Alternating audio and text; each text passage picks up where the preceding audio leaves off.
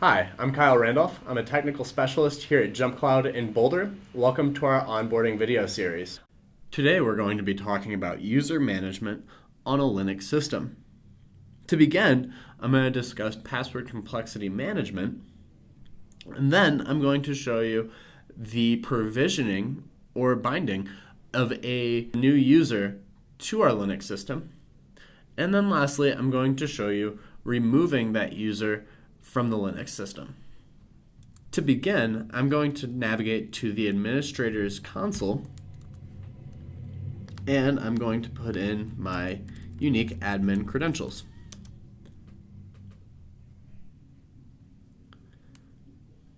Now from here, I want to show you first our password complexity settings. So I'm going to navigate to Settings, and then Security.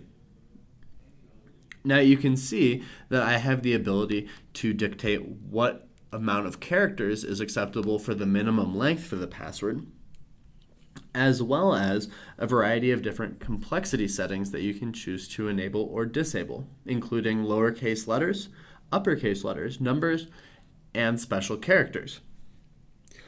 In originality, you can choose or disallow that a password may not contain the user's username. Under password aging, you can choose the history for that password of how many previous passwords we will count back to for enforcing for the new password to be set. So they can't choose any of their 3 most recent passwords. Under password expiry, you can choose after how many days this user will have to update their password. And lastly, you can choose on how many failed login attempts will result in a lockout. As it is, I'm happy with our current settings, so let's go ahead and navigate to my new user that I would like to add to my Linux machine. And you can see here I am using Ubuntu, and if I select in the upper right hand corner settings, you can see that I just have myself provision to this system. And in this case, I want to add our new user, Thomas Tesla. So I'm going to do a quick search for Tesla, and you can see that I have my freshly created Thomas Tesla user, but he's not added to any systems. It is also important to note that I have the JumpCloud agent already installed on this system before beginning.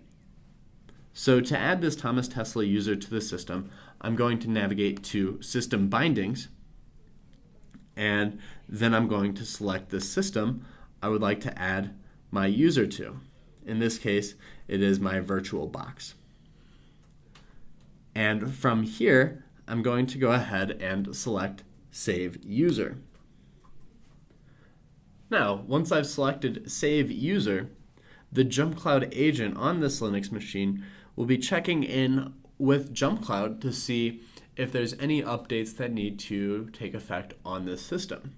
In this case, the provisioning of our new Thomas Tesla user.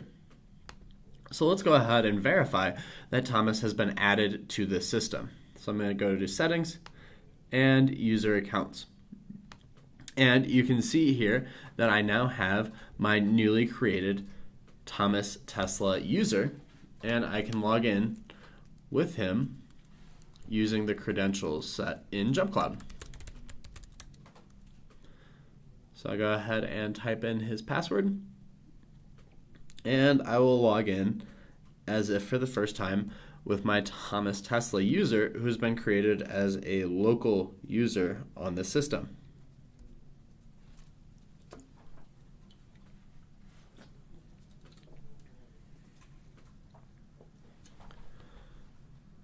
Now, let's go ahead and discuss the deprovisioning or removing of Thomas Tesla from this Linux system.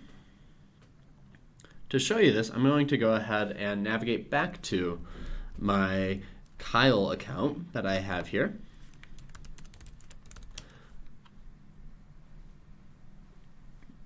And back in the administrative console, I'm going to remove access for Thomas Tesla to this system. Now, I showed you the creation of Tesla on our Linux box from users. I want to show you another way that you can add or remove users from a system, which is under our Systems tab. So I have my virtual box here. I'm going to go ahead and select Details. And as there's System Bindings within our Users tab, there's User Bindings within Systems. So I'm going to scroll down until I get to my Tesla user. You can see here. And I'm going to go ahead and deselect him from this tag. Now, when I select Save System, what's going to happen is as the JumpCloud agent checked before to see if any changes need to occur, so too will it do this again and see that we need to remove our Thomas Tesla user from this system. So if I navigate back to our users and user accounts, you can see that my Thomas Tesla user has been put in a disabled state. So to recap, we talked about setting passwords and the complexity settings of those passwords, the creation of users onto this Linux machine, as well as the removal or deprovisioning of that user from the system. If you'd like to learn more about this topic, please navigate to our knowledge base at support.jumpcloud.com.